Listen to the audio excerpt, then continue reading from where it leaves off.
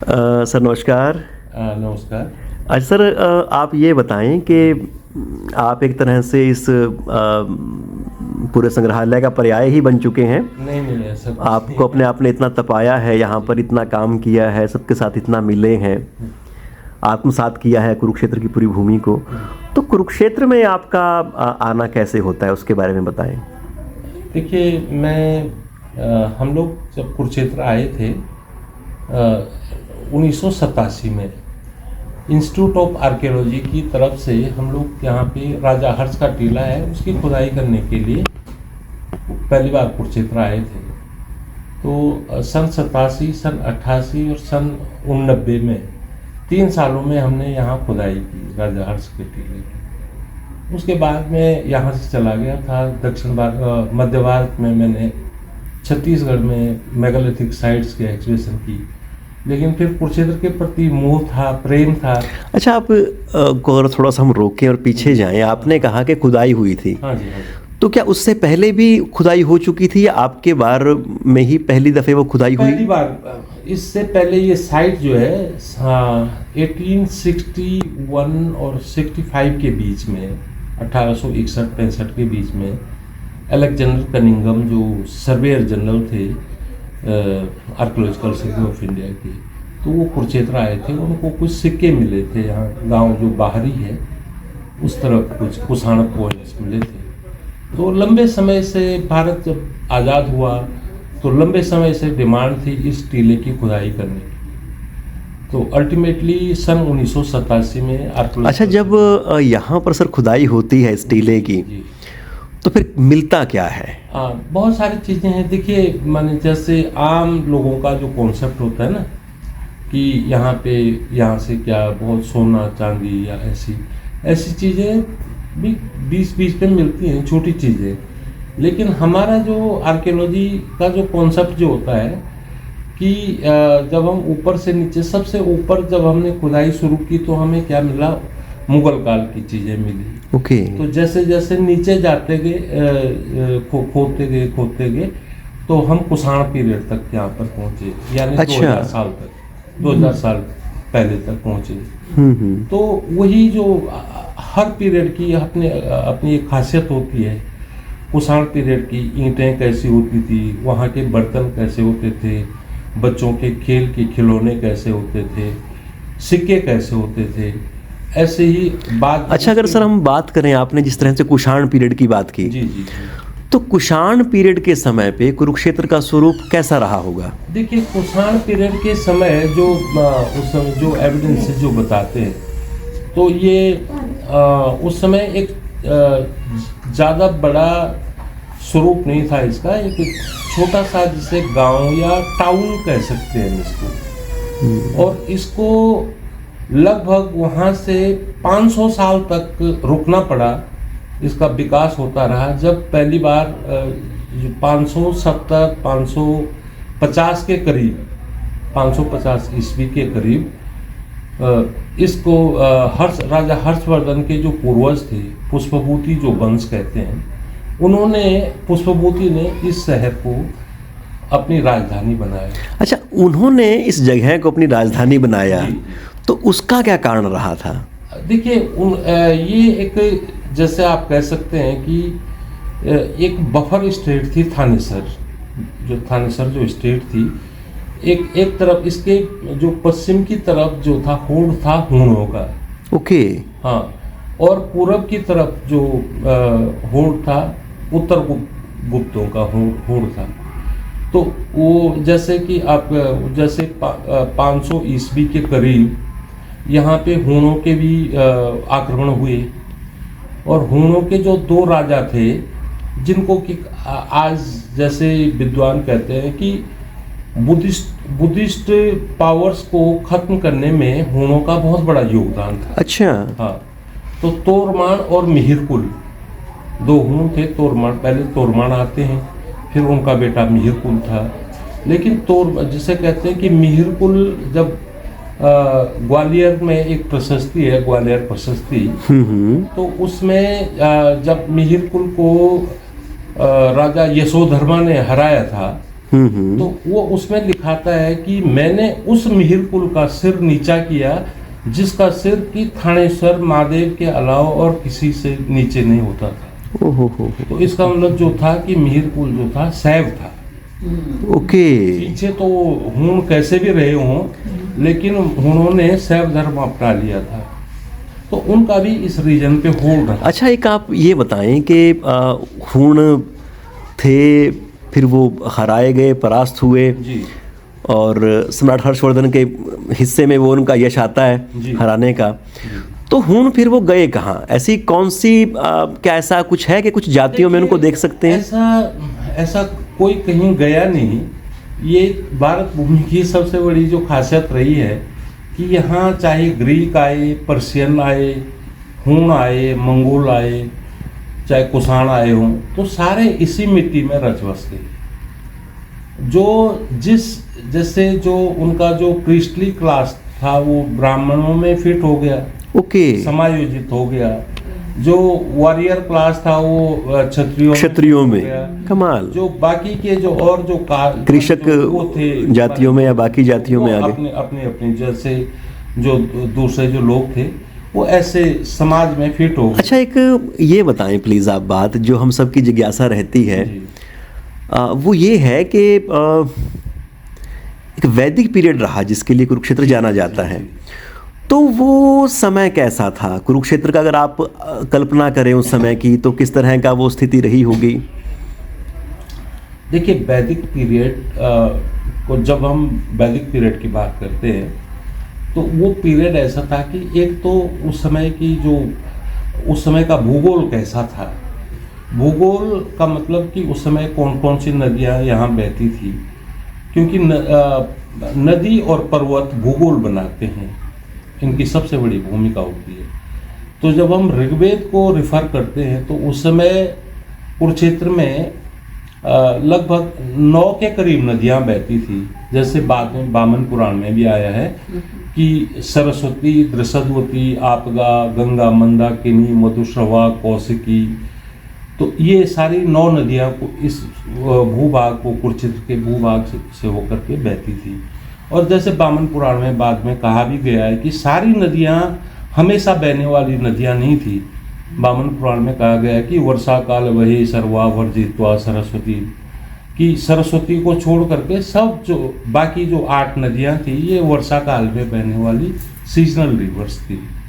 सरस्वती सदा नीरा नदी थी। वाह। ठीक है ना।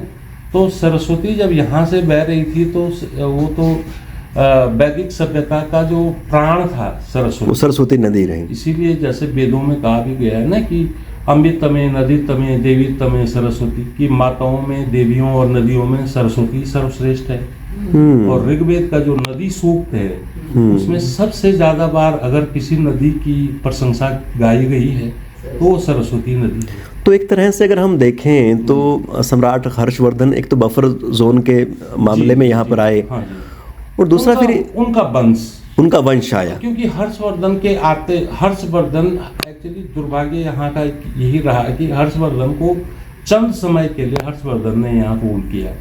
वो अपनी राजधानी, कुछ स्थितियां ऐसी आ जाती हैं, उनके जो बहनोई है, बहनोई की मृत्यु हो जाता है ग्रह बर्मन का, तो हर्ष यहाँ से फौज लेकर के जाते हैं और माने उनकी बहन उनको जब उनके पति का मर्डर हो गया, हत्या हो गई, तो वो बिंदे के जंगलों में जा रही थी सती होने के लिए, तो अपनी बहन को रोकते हैं।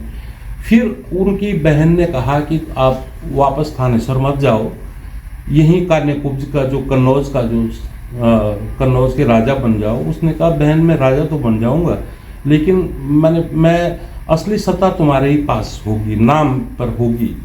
तो हर्षवर्धन ने वहीं राज्य किया। अच्छा। और ये कुरुक्षेत्र में जो राज्य किया उनके पिताजी ने, जो प्रभाकर वर्धन थे। अच्छा। हाँ, और प्रभाकर वर्धन जो बहुत ही प्रतापी सम्राट थे, उन्होंने अपने जैसे हर्ष चरित्र में आता है कि प्रभाकर वर्धन हूणा हरिण केसरी। अच्छा। हिरण रूपी हूणों के लिए प्रभाकर सिंह के समान थे, शेर के समान थे। कमाल है। अच्छा, तो मतलब हम अगर देखें इसमें पूरा एक तो वैदिक समय रहा यहाँ पर, जी, जी, और फिर निसंदेह वो समय का उसका अपघटन हुआ होगा जी, जी, जी, जब यहाँ पे आबादी इतनी कम हो गई, जी, और फिर दोबारा मतलब ये हर्षवर्धन का जो कुल है, इनके कुल के पास वो ये स्थान आता है और फिर से इसकी तरक्की होनी शुरू होती है। होती है। तो ये मेरे ख्याल में ठीक वही समय था जो पुराणों का समय है।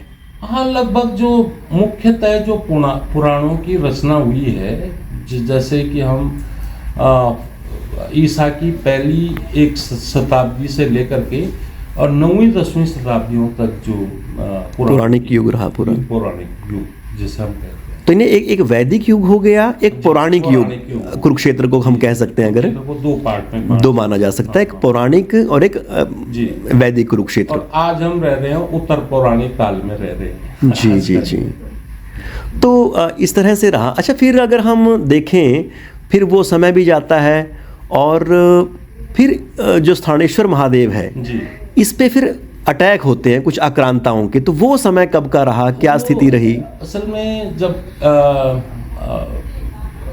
पहला जो कुरुक्षेत्र पे जो आक्रमण होता है 1014 ईस्वी में अटैक हुआ। अच्छा। हाँ, जो महमूद गजनी ने 3 दिन तक इस शहर को पहले अटैक किया, फिर लूटा, फिर अंत में जाते हुए इसको आग के हवाले किया। अच्छा। सबको नमस्कार। जी जी जी जी। तो जी, हाँ, अच्छा, तो मतलब पहला अटैक तब हो गया हमारा? पहला अटैक 1014 में मोहम्मद गजनी का है। अच्छा, उसके बाद फिर 3 अटैक हुए आपने हाँ, कहा ये कुल। उसके बाद तो कुरुक्षेत्र पे डायरेक्ट अटैक तो उसके उदाहरण नहीं मिलते हैं, लेकिन तरावड़ी के 2 अटैक तो तराइन में तो हुए ही हैं। हाँ, 1191-92 में, और 92 का तो जो इंडिया का जो फेट डिसाइड किया जिस बैटल ने, वो 1192 का बैटल था, जब मोहम्मद गौरी जीत जाता है, पृथ्वीराज चौहान को शिकस्त होती है। तो उसके बाद तो इस्लाम काबिज हो गया ना पूरे हिंदुस्तान पे, नॉर्थ इंडिया में इस्लाम काबिज हो गया। तो अगर हम यहाँ पे देखें तो जो ये संस्कृति कहें या कुछ और कहें, तो वो मोहम्मद गौरी के अटैक के साथ ही वो परास्त होती चली गई फिर। हाँ, मैंने गजनी से लेकर गजनी, हालांकि वो 200 साल का जो गैप है, उस समय भी मुसलमानों के अटैक होते रहे वो, लेकिन वो छोटे मोटे अटैक थे और उनको यहाँ के राजा रिफल्स करते रहे उसको, लेकिन जो मेजर जो उसके बाद अटैक है वो मोहम्मद गौरी का अटैक था। अच्छा, पर अगर हम देखें, एक और महत्वपूर्ण चीज़ हम छोड़ देते हैं, वो ये है कि यहाँ बुद्धा और वो पूरा का पूरा प्रभाव रहा, स्तूपाज रहे, तो उस समय को हम कैसे देखें, कैसे कल्पना करें उस समय की पूरे की? देखिए, बुद्ध का जो समय है वो जो वैदिक पीरियड के बाद का समय बुद्ध का आता है, और उस समय भगवान बुद्ध को कहते हैं कि भगवान बुद्ध ने भी इस भूमि का भ्रमण किया। अच्छा। और उन्होंने अपने जो एकदम से सारगर्भित जो उपदेश है वो इस जनपद के लोगों के, कुरु और पांचाल जनपद के लोगों को दिए। क्योंकि ऐसा होता है ना कि भगवान बुद्ध स्वयं एडमिट करते हैं कि कुरु और पांचाल जनपद के लोगों का आचार, विचार, व्यवहार संपूर्ण भारतवर्ष में, आर्यावर्त में सर्वश्रेष्ठ है। तो ऐसे लोगों को प्रवचन देने के लिए उनको काफी मशक्कत करनी पड़ी होगी। इसलिए वो एक बार नहीं, बार बार यहाँ वो कन्विंस करना था उन लोगों को। और कहते हैं कि जो रटफाल जो थे, जो कुरुवंशी, जो धनंजय यानी अर्जुन के जो वंशज थे राजा रटफाल, तो उनको और उनकी रानी को कन्वर्ट किया था भगवान बुद्ध ने बुद्धिज्म। अच्छा। हाँ, तो उसी का परिणाम था कि एक तो बुद्धिज्म ऐसा था कि बड़ा प्रैग्मेटिक रिलीजन था। हिंदुइज्म में, जैसे ब्राह्मणिज्म में, जिसको हम हिंदुइज्म, पॉपुलर हिंदुइज्म कहते हैं, लेकिन बेसिकली जब हम एकेडमिकली कहते हैं तो ब्राह्मणिज्म कहते हैं उसको। तो उसकी कई सारी जो चीजें ऐसी थी ब्राह्मणिज्म में, जैसे यज्ञ याग की जो पद्धतियां थी बहुत ज्यादा, तो बुद्धिज्म ने क्या किया कि उसका सिंप्लीफिकेशन किया। हाँ। पूजा को सरल बनाया। और दूसरा जो जाति व्यवस्था, वर्ण व्यवस्था का उसमें इतना माने कहीं था ही नहीं, बिल्कुल समतावादी समाज, समतामूलक समाज की नींव डाली थी भगवान बुद्ध ने। तो इसलिए बुद्धिज्म भी यहाँ पे ऐसे ही फला फूला जैसे वैदिक संस्कृति, और बल्कि आज तो हमें वैदिक संस्कृति से भी ज़्यादा बुद्धिज्म के प्रमाण इस क्षेत्र में मिलते हैं। आपके कुरुक्षेत्र में ही आप देखेंगे कि जब ह्वेनसांग आया अच्छा 634 में, तो उसने कहा कि यहाँ पे 3 स्तूपों का वर्णन किया है उसने। अच्छा, कहाँ कहाँ पे है? एक तो ये ब्रह्म सरोवर के साथ में ही हो गया। ब्रह्म सरोवर के साथ रहा होगा। एक वो बताते हैं कि कभी आप अगर ये थानेश्वर टीले के पीछे बाहरी गांव आता है, बाहरी गांव के थोड़ा सा आगे जाकर ओजस घाट के पास जाकर के, अच्छा यहाँ भी, हाँ वहाँ पे एक बहुत बड़ा माउंट था, पंडितों का टीला। हमने भी जब हम कुरुक्षेत्र आए थे तो वो टीला काफी छोटे रूप में उसको देखा था। तो वहाँ से जैसे मौर्यकालीन कुषाणकालीन जो ईंटें निकलती थी, वो ये सबूत है कि यहाँ पे इधर ही, क्योंकि उसने कहा है कि थानेश्वर जो सिटी है उसके उत्तर पश्चिम में पूरा विस्तार उन्होंने दिया है अपने उसमें। इतने कुछ वो टर्म इस्तेमाल करते हैं चाइनीज के, इतना योजन, ली बोलते हैं वो। और उन्होंने वो हिंदू धर्म के भी वो साक्ष्य अपने देखे हैं, उन्होंने बताया है, और उसका भी पूरा वो रहा। जी, मंदिरों का वर्णन उन्होंने बहुत सुंदर। बौद्ध विहार यहाँ पे थे, मंदिर थे। अच्छा, अगर फिर इसके बाद हम फिर, क्योंकि समय हम थोड़ा लेंगे आपका, तो फिर अगर हम मुगल समय में अगर आ जाएं तो फिर कुरुक्षेत्र की स्थिति, नियति कैसी रहती है? जिस इसकी मोहम्मद गजनी ने जब यहाँ थानेसर पे अटैक करने के लिए वो प्लानिंग कर रहे थे, तो उसी समय जो पंजाब के राजा आनंदपाल को पता लगा कि महमूद जो है थानेसर को अटैक करने जा रहा है, तो उसने महमूद से एक रिक्वेस्ट की, एक विनती की कि भाई तुम थानेसर पे अटैक नहीं करना, ये जो आज का कुरुक्षेत्र है। बोला ये थानेसर हिंदुओं के लिए उसी प्रकार का तीर्थ है जैसे कि मुसलमानों के लिए काबा। वाह वाह वाह वाह ठीक है ना? वाह। तो इससे भी सिद्ध होता है कि कुरुक्षेत्र का पॉलिटिकल जो महत्व है वो कम हो गया होगा, लेकिन जो धार्मिक महत्व है वो कभी भी कम नहीं हुआ। उसका एक उदाहरण यही है। और ये उसके बाद भी यहाँ पे जैसे मुस्लिम आए भी, उन्होंने बहुत सारी, जैसे वो तो होता ही है जब कोई पावर में आता है तो हर किसी के धर्म स्थलों को या उन पे अपना अधिकार जमा करके उनको कन्वर्ट करता है। ऐसे तो देश में बहुत सारे उदाहरण देखने को मिलते हैं। बिल्कुल है ना, जो पावर, जो कहते हैं ना कि जो माइट इज ऑलवेज राइट, ठीक है ना, तो उन्होंने यही काम किया। तो उस समय, लेकिन कुरुक्षेत्र का जो महत्व है वो कभी कम नहीं। अच्छा, इसके अंदर हम देखते हैं कि बहुत पुरानी मस्जिद भी है एक हमारे यहाँ। बहुत ही पुरानी है, मुझे लगता है भारत की शुरुआती मस्जिदों में से एक हो शायद। शुरुआती तो नहीं कह सकते, लेकिन जो तुगलक काल की मस्जिद यहाँ पे, पथरी मस्जिद वो है। और उसमें कई लोग तो कहते हैं कि उसमें कई तरह की चीज़ों के साथ निर्माण हुआ है उसका। अगर आप वो पत्थर मस्जिद देखेंगे तो उसमें जैसे मंदिरों की भित्तियाँ, मंदिरों के स्तंभ और जो अलंकरण है वो सब कुछ, जैसे कहते हैं, जैसे कई लोगों ने इंडो इस्लामिक आर्ट के नाम से कहा, हिंदू इस्लामिक आर्किटेक्चर जिसको कहते हैं ज्वाइंट, क्योंकि डायरेक्शन देने वाले इस्लामी वो होते थे, और जो कारीगर थे वो कारीगर हिंदू होते थे। तो वो उसका। अच्छा, फिर यहाँ पे एक समय सूफीज्म का भी आता है। हाँ, सूफीज्म का। तो इसका क्या मतलब रहता है, कैसा केंद्र तब ये रहता है?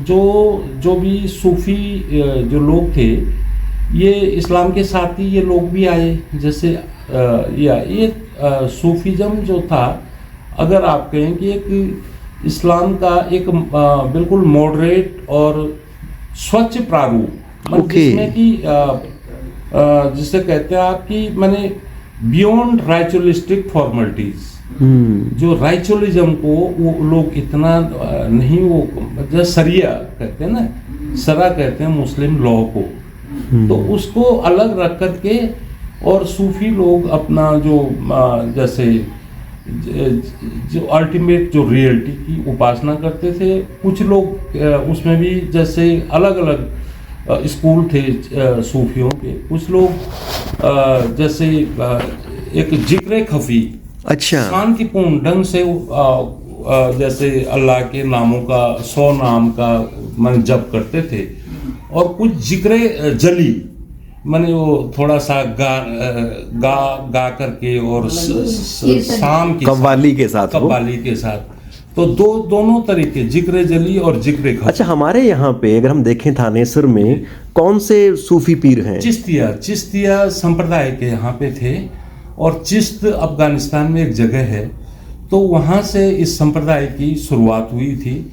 और इनके जो पहले जो सबसे बड़े जो नॉन जो पीर हैं, जो ख्वाजा मोइनुद्दीन चिश्ती हैं, अजमेर शरीफ के जो चिश्ती थे, फिर इनकी एक साथ हांसी में सेटल हुई। ओके।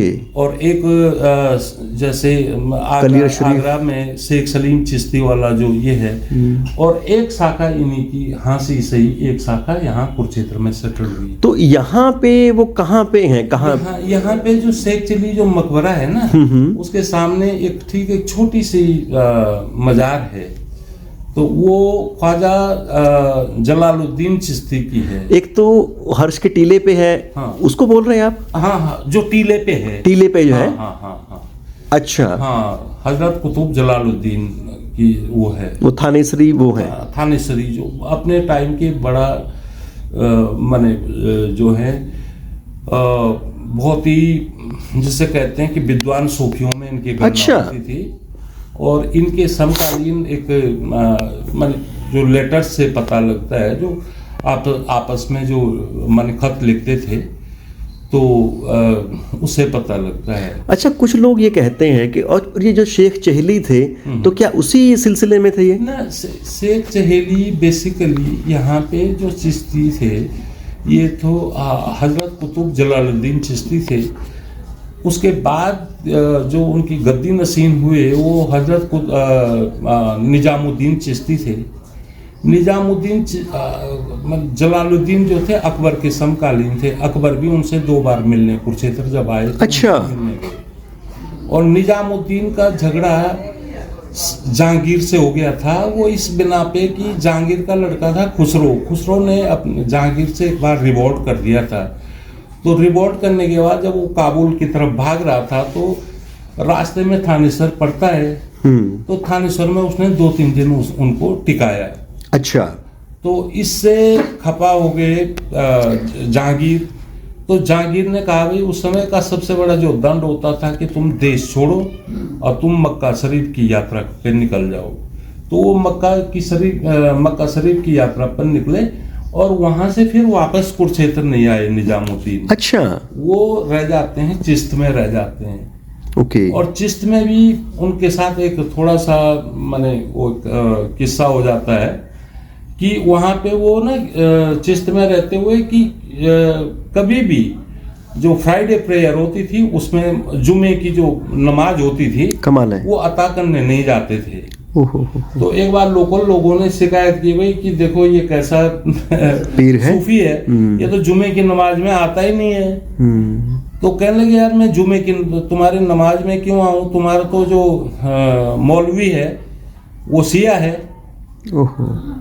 बोला, आप क्या कहते हैं, ये तो शिया हो ही नहीं सकता है। तो उन्होंने राजा को कहा कि उनको सामने ले आओ। तो सामने ले आया, तो जब उसकी जूतियां खोली गई मौलवी की, जो नमाज अता करवाता था वहाँ पे, तो उसके नीचे से सबूत मिल गए कि क्योंकि शिया लोग जो होते हैं ना, कि पहले इस्लाम के पहले 3 खलीफाओं को नहीं मानते, उनको जूते के नीचे रखते हैं। अच्छा। तो उसमें अबू बकर, उमर और उस्मान लिख करके जूते के तलवे में पाया गया उनका नाम। फिर उसका वहीं पर मर्डर होता है। फिर इनको वैसे भी वहां पे प्रतिष्ठा मिल जाती है कि यार ये माने हुए सूफी हैं। तो अच्छा, फिर तो जो शेख चहेली हैं, एक बार गुरुजी से बात हो रही थी, उन्होंने कहा था कि ये सहारनपुर के आसपास के भी कहीं, देखिए ना, सहारनपुर में तो गंगो के एक पीर थे, वो तो हजरत कुतुब जलालुद्दीन के मित्र थे। हाँ, गंगोही। जी गंगोही है। हजरत कुतुब कुद्दूस गंगोही। उन्हीं का एक कोई गुरु भाई यहाँ पे शाहबाद में भी बैठते थे। अच्छा। हाँ। लेकिन ये जो शेख चिश्ती जो शेख चहेली के चेहली। ये फारस के रहने वाले थे, ईरान के। अच्छा। तो इनका जो असली जो नाम, वैसे नाम भी इनका काफी क्लियर नहीं होता है। कहीं इनका नाम अब्दुल रहीम बनूरी मिलता है, तो कहीं अब्दुल रज्जाक मिलता है। तो ये असल में आए थे इनसे मिलने के लिए, से कुतुब जलालुद्दीन थानेसरी से मिलने आए थे। अच्छा। लेकिन वो जब तक आते हैं तो वो चले अच्छा। वो मर जाते हैं, फौत हो जाते हैं। तो फिर आने के बाद ये फिर उन्होंने कोई लोग कहते हैं कि ये इनसे दारा शिकोह जो हैं शाहजहां के जो बड़े बेटे थे वो प्रभावित हुए। फिर इन्हीं की याद में उन्होंने शेख चिली का मकबरा बनाया। तो ये सब ऑब्सक्योर हिस्ट्री है, कोई हिस्टोरिकल रिकॉर्ड नहीं है इसके। अच्छा, पर जैसे हम देखते हैं कि अंदर जाके वो दारा शिकोह के नाम पे संग्रहालय, वो लाइब्रेरी को सारा माने एक थोड़ा कल्पना की गई है कि दारा शिकोह ने जब भी वो लाहौर जाते होंगे, और दारा तो भारत की, हाँ, तो भारत का दुर्भाग्य था वो दारा नहीं बने। दारा बने नहीं। दारा वो आदमी है, आपको मैं थोड़ा सब्जेक्ट से हटा के बात कर रहा हूं मैं, जिसने कि सिर्रे अकबर, महान ज्ञान जिसे कहते हैं, सिर्रे कहते हैं ज्ञान, अकबर कहते हैं महान। सिर्रे अकबर करके एक इन्होंने क्या किया था कि 32 उपनिषदों का पारसी में अनुवाद किया था। तो पारसी वो जब माने ईरान से बाहर जब माने यूरोप में पहुंचा, तो वही कॉपी जब घूम फिर के शोपेनहावर के पास आती है, जर्मनी जाता है, वो माने वो तो नाचता है उसको सिर पे रख के, वो तो कहता है कि it is the solace of my life and solace to my death. तो ये सारी जो चीजें, तो ये सारा श्रेय जाता है दारा को। ओहो है ना जी।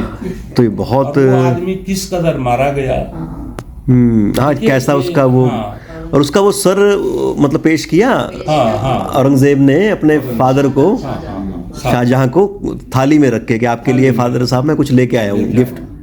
तो इतना बदन सिंह। अच्छा, तो फिर उसके बाद, अच्छा, फिर ये जब मुगल टाइम भी चला जाता है, तो फिर उसके बाद यहाँ की स्थिति कैसी रहती है? देखिए, मुगल टाइम के बाद तो ये एक माने जंग का मैदान फिर से हो गया था कि जब सिख मिसलों ने इस पे कब्जा किया, सिखों की रियासतें होती थी।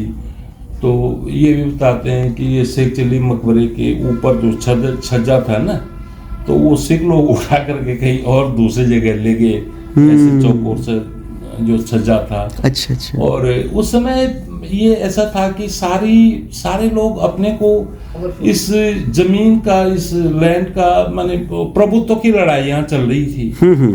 ठीक है, बहुत अजीब समय था वो, बहुत अजीब जो था कि पूरा ये जेटी रोड से लेकर ये डकैतों का, क्योंकि जब अराजकता होती है ना, केंद्रीय जब नेतृत्व ना रहे, केंद्रीय नेतृत्व नहीं रहता है, तो फिर जिसकी लाठी उसकी भैंस वाली बात थी।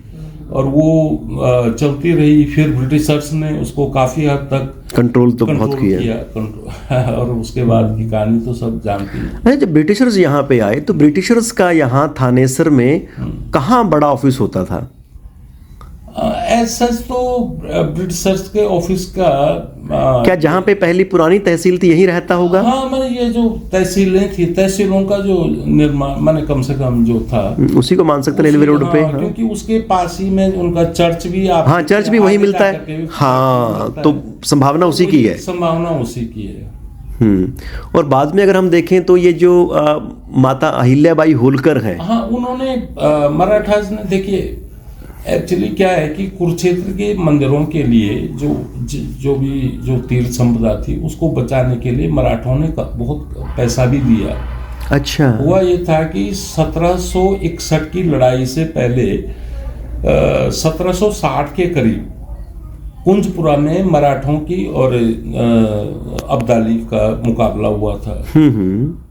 और उसमें बुरी तरह से हरा दिया था मराठों ने अब्दाली को। इस जंग को लोग हाईलाइट नहीं करते हैं। तो उसकी खुशी में जितना भी उनका जो औरतें थी, अच्छा, उन्होंने थानेसर भेजा। वो मराठे खुद तो नहीं आए, लेकिन औरतों ने इच्छा की कि हम लोग यहाँ देखना चाहते हैं। वाह वाह वाह वाह। तो उसी समय उन लोगों ने यहाँ के मंदिरों के लिए पैसा दिया। और जहाँ तक अहिल्याबाई, क्योंकि अहिल्याबाई जो थी होलकर खानदान से थी, है ना। होलकर भी एक वो थे कि जो होलकरों को भी नुकसान तो हुआ था, लेकिन जो पानीपत की लड़ाई में सीधा इतना नुकसान नहीं हुआ था होलकर को। अच्छा। सिंधिया लड़े थे, होलकर थे, गायकवाड़ थे, तो सारे जो फ्रैक्शन थे मराठाओं के वो लड़े थे। और खुद तो जब एक लेटर जो जाता है तो वो कुछ संकेतिक उसमें लिखते हैं। पूना जब उन्होंने जो जहाँ पेशवा बैठते थे तो उनको लिखा था कि हमने इतने हीरे खोए हैं, इतने वो खोया है, ये खोया है। ऐसे चिट्ठी देते हैं वो यहाँ से, क्योंकि जो भी मराठा जो चीफ यहाँ पे मरे थे 61 की जंग में। तो मतलब फिर हम देख सकते हैं कि अहिल्याबाई का भी यहाँ पे ब्रह्म सरोवर पे अहिल्याबाई ने तो केवल कुरुक्षेत्र नहीं, उसने तो पूरे भारत के काशी में देखें, सब जगह पे देखें, केदारनाथ देखें, बद्रीनाथ देखें, वाह वाह वाह वाह। मंदिरों का हर मंदिरों के लिए उन्होंने बहुत जी भर के दान दिया उनका तो। और फिर अपनी गति से एक तरह से कह सकते हैं चलता रहा। और अच्छा, एक और बड़ी इंटरेस्टिंग चीज़ है यहाँ पे कि सिखों के सब गुरु यहाँ पे आए हैं। हाँ, सिखों के सारे गुरु यहाँ पे आए, सभी ऐतिहासिक गुरुद्वारे हैं। और मैं आपको जो मैं सोचता हूँ कि क्या कारण, देखिए सिखिज्म में ये स्नान और फास्टिंग की जो भी मतलब जो परंपरा रही, लेकिन उनका सबसे बड़ा जो जहाँ तक मुझे लगता है कि अब गुरु नानक यहाँ आते हैं, गुरु नानक से लेकर के सारे गुरु ग्रहण के टाइम पे, ज्यादा ग्रहण के टाइम यहाँ भीड़ होती थी। अच्छा। तो गुरुओं को क्या चाहिए होता था कि अपने संगत शो करना। ओके, ठीक है ना, फॉलोअर्स ज्यादा से ज्यादा मिल जाएं और उनको अपनी चीजें बताएं। ठीक है ना, अपना फॉलोअर बताएं। नहीं तो एक जो चीज है वो तो ऑफ द रिकॉर्ड भी आप कर सकते हैं। गुरु नानक जब यहाँ आते हैं तो ग्रहण के दिन जंगल में एक हिरण का शिकार करवाते हैं। अच्छा। तो ब्राह्मणों में बड़ा रिजेंटमेंट हो गया, भाई ये तो बड़ा अपवित्र सा काम है भाई। तो उन्होंने कहा ऐसा नहीं है, कोई नहीं, अपने लांगरी से कह दिया कि उसी का हिरण का जो गोश्त है उसका लंगर लगवा लो। तो वो ऑर्थोडॉक्स लोगों को एक सबक मैसेज देने वाली बात थी। और इसी से मैंने जब आगे इस पर शोध भी किया थोड़ा, तो मुझे लगा कि देखो जो जिस समय कुरुक्षेत्र में बड़े सूर्य ग्रहण जैसे समागम होते थे, उस समय उनकी आस्था डायरेक्ट न, अगर हिंदुइज्म के जैसे जो पूजा पद्धति में वो नहीं न, थोड़ा अलग तो था ही। तो उनको एक बेनिफिट ये था कि उस समय जो भीड़ जो मिलती थी उनको अपना मैसेज पास करने के लिए बहुत सारी संख्या में लोग मिलते थे। ये है सच्चाई है। अब बाकी तो कुछ भी कह, आप उसकी व्याख्या कैसे भी कर सकते। और बाद में हम देखते हैं कि फिर नंदा जी यहाँ पे आते हैं, फिर एक नया विकास। नंदा जी के आने के बाद तो नया दौर ही शुरू हो जाता है। नंदा जी तो सन इमरजेंसी के 67 में जब यहाँ से इलेक्शन लड़े, उन्होंने 3 जनरल इलेक्शन तो वहां से लड़े, गुजरात से लड़े।